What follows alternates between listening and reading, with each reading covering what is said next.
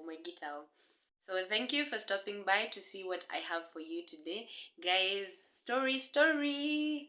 Every time I hear a story, every time I'm telling a story, I'm always excited because stories are very interesting. And of course, with this kind of weather, grab that hot coffee, grab that hot chocolate, grab anything, that warm water or hot. Yeah. Sit down, relax, and enjoy it.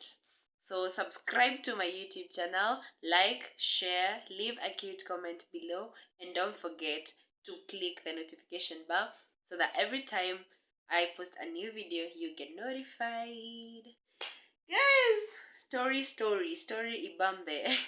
So, today I'm going to give you a story about Mwangi. Mwangi is not the real name, but of course, we do not disclose the real names here. So this is a story about Mwangi, and our setting of today is from a very humble background. So we find a fine young gentleman.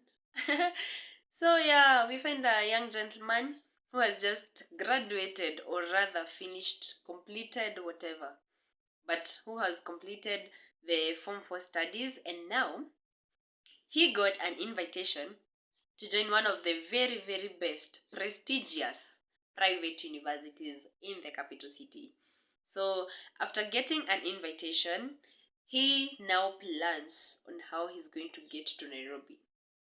You know, remember we said our setting is in a very humble background, somewhere in, you know, in the village.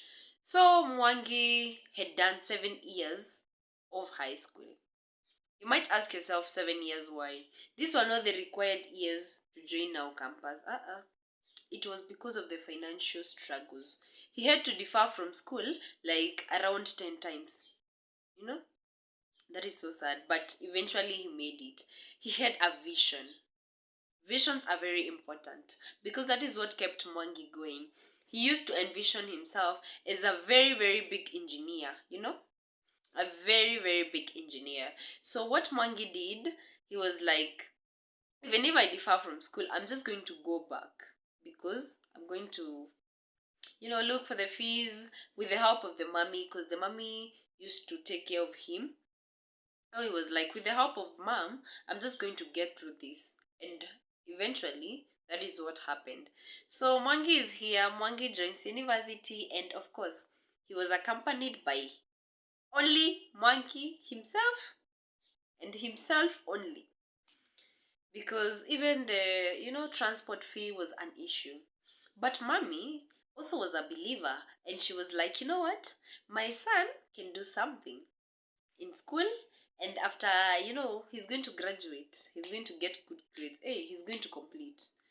I might confuse some people saying graduate, but it's okay. So the mom had a lump sum of money he used to get from the Vibaruas, what. So he gave him a quarter of the fees, because after Mwangi was invited to join that university, he got a 3/4 scholarship, and then the quarter was now supposed to pay by him, or rather his parent, whoever. So after he got to Nairobi, he finds himself a house, because you just look for somewhere to stay. And life in Nairobi is not life in the village. It is a very traumatic experience for him. Imagine, people are coming to school by cars. People are coming to school by personal. Yeah, I missed that word. By personal cars. They are coming to school by Ubers. They are even coming to school accompanied by security, my friend. So he was like, what? Where is this? Am I in another country? Because it was like, vehicles in our home are just like, ooh, everyone is going to look out and see, what is this? Yeah, but it's not really that they did not know cars. The issue is like, no one has that a lot to afford a car.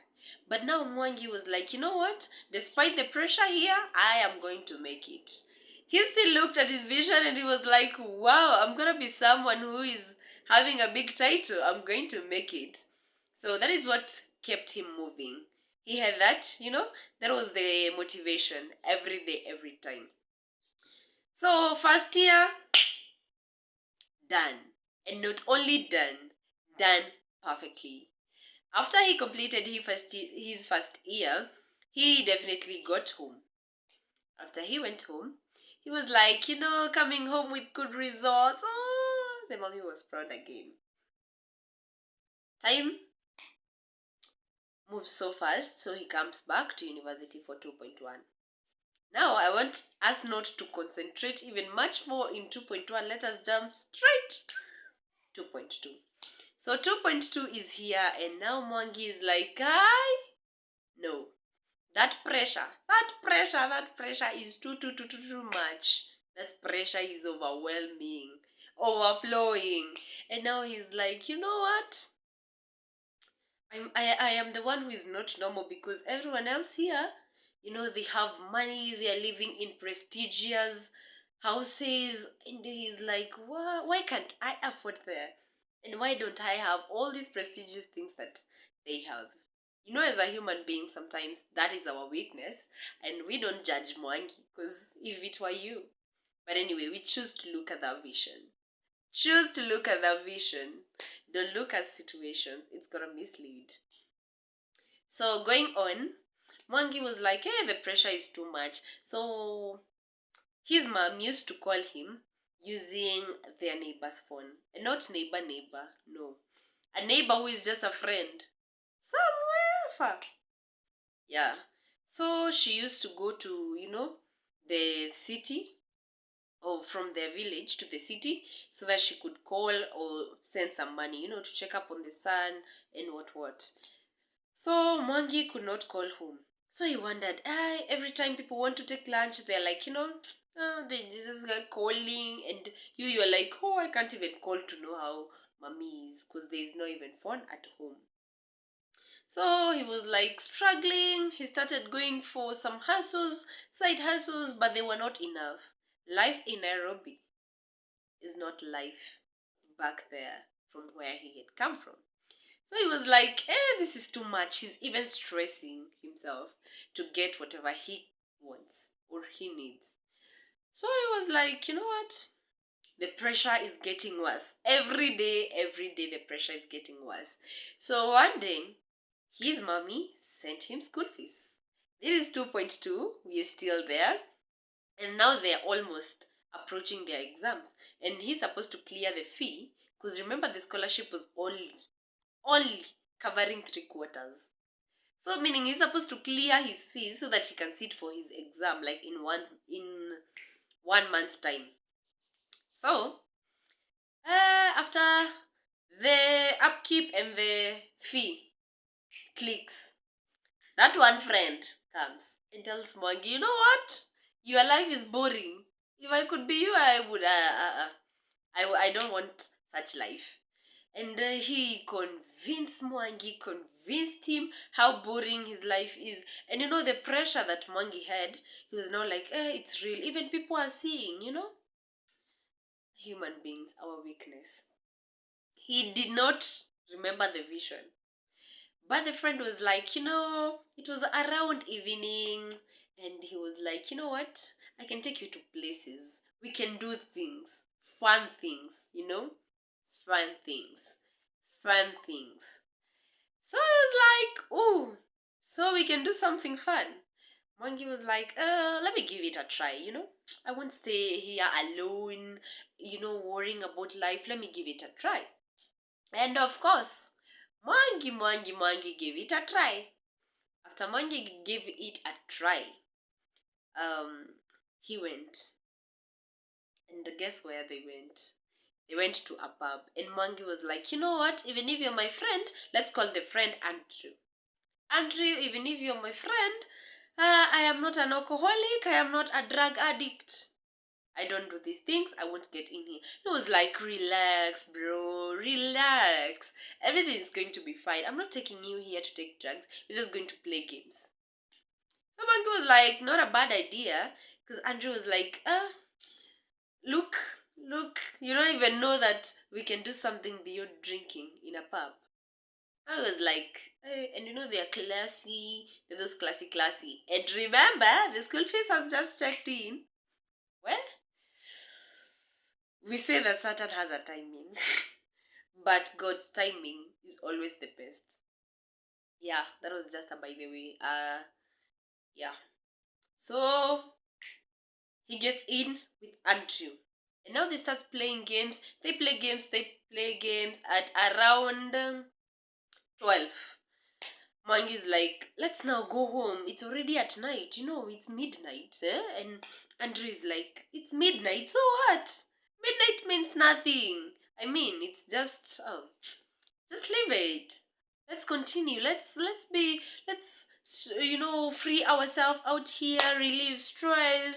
Let's be free. There's no one waiting for us home. One is like, sometimes fun is fun, and it just feels like, let me just choose fun. So he chose fun. He remained together with Andrew. And then Andrew was like, have you ever tried gambling? Do you see what I see? So Mwangi was like, gambling? I have never tried.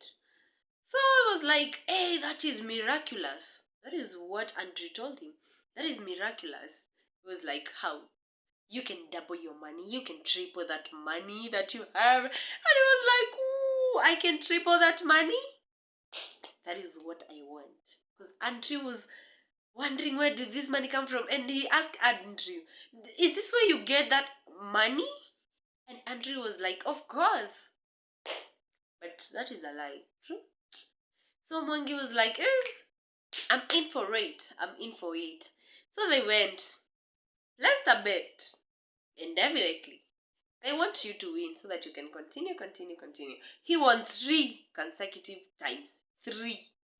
And even Andrew was playing the game. Because he knows, like, even if I spend everything, tomorrow in the morning, my account is going to be recharged. So, it was like, oh, you know what? Let's just continue playing. So Mwangi was like, this is the fun.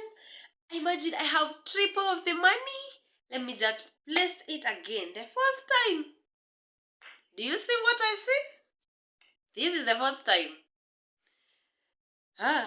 So he places the money, but unfortunately, everything goes down the trench. Now Mwangi is only himself, and 0 cents. His bank account has 0 cents. That is where he started seeing, is it a nightmare during daytime? You see, like the way you can just dream or just think of something and it's during daytime and you cannot understand because why? So that is what he was asking himself. So Andrew told him, don't worry, that is nothing. Don't worry of small things, So Mwangi was like, it started hitting him hard and was like, this is the exam. Exams are approaching. And not only approaching, they are approaching in speed and you have to clear all the fees. This is the landlady. She wants me to pay rent. Where am I going to get rent? This is me. I want food. I want transport to get to the university every time. And now he was like, you know what? He's under too much pressure. Now that pressure is coming from the inside. And he's like, oh, I cannot control this. So he was so desperate. And that time, it's still in the night, and Andrew is telling him, we bro, acha, these things is nothing. Just losing in one gambling. So it was like, Mwangi did not understand because he was wondering, Andrew, you're telling me, gambling, one gambling session, I lose. That is everything that I was depending on. So Andrew told him, I have another plan. Let's go grab a drink so that, it reduces stress. It does. Let me not say what I wanted to say, but it's okay. This is Andrew's and Mwangi's story, so yeah. So I went, took alcohol, what, and let me tell you something. Sometimes, it might not be your fault, but things might come your way and they make you feel like you're always doing the wrong. When they were in the pub taking alcohol, some police officers came in. And when they came in, they were checking for drug traffickers. Mwangi was not a drug trafficker. Mwangi, that time was the only first time for him to start taking drugs.